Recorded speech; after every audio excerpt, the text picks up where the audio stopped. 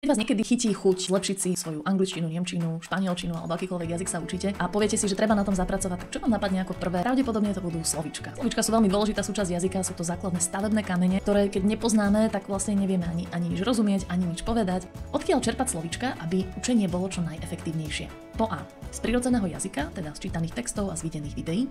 Po B. Z jazykovej učebnice, kde sú vypísané zoznamy, alebo po C. Od kamaráta spolužiaka, ktorý si vypísal vlastné slovíčka. Za mňa je to jednoznačne A. Z textov, ktoré čítame a z videí, ktoré pozeráme napríklad s titulkami, si získate o mnoho zaujímavejšie, relevantnejšie slovíčka, ktoré si reálne zapamätáte.